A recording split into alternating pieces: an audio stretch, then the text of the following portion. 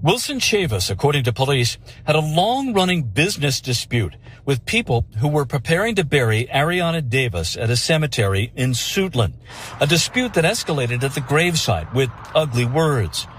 According to a court affidavit filed in the case, Chavis first exchanged words with one man who walked away.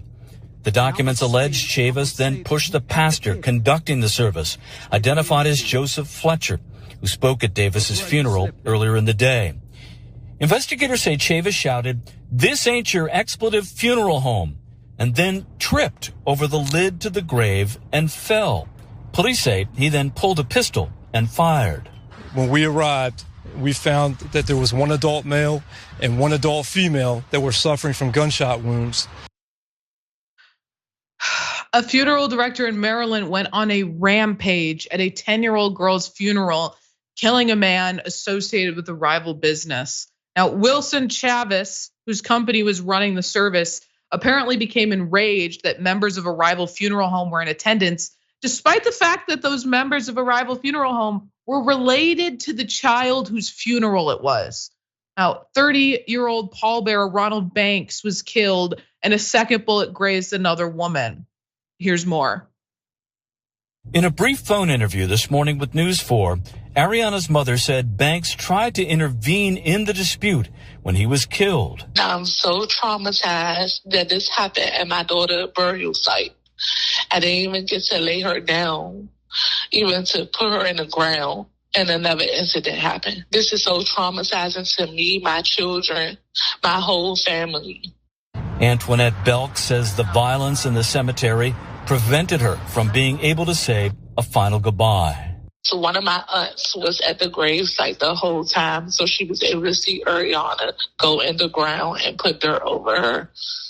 And I have pictures to confirm. So I'm very, it's a big relief knowing that my baby is buried. As you just heard her say, this was extremely traumatizing, not just to her personally, but to a lot of the witnesses who were there. Let's get into some of this reporting from Fox DC5. Quote, "I own this body," Wilson Chavis yelled, according to Belk, and then spit on the preacher.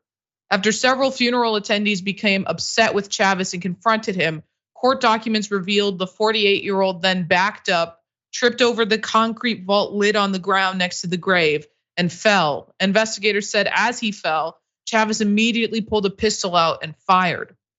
Law and Crime reported that Belk said the argument between Chavis and people from a rival funeral home had nothing to do with me and my family.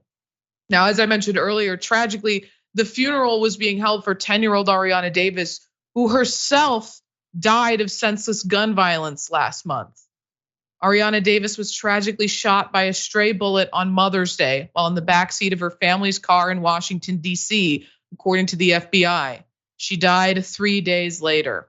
Now, this is horrific, to bring whatever weird, rivalry you have, this beef, to a child's funeral and to kill someone over it is horrific.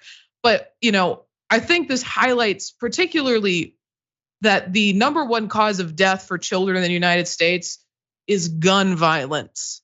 And, to see that there's not even, a lack of the senseless gun violence at the child's funeral, it's horrific, it's tragic. Jeff, what are your thoughts on this?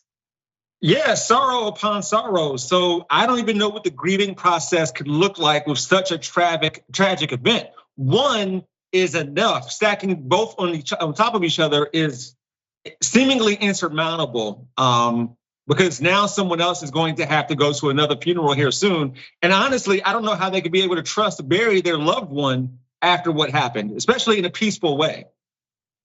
Yeah, exactly. And my thoughts are with this family at their time of, right, like you said, insurmountable tragedy. They're losing this young girl, and then the young man is a member of the family, to truly senseless gun violence. And of course, then they're all traumatized by having to witness the second act of senseless gun violence.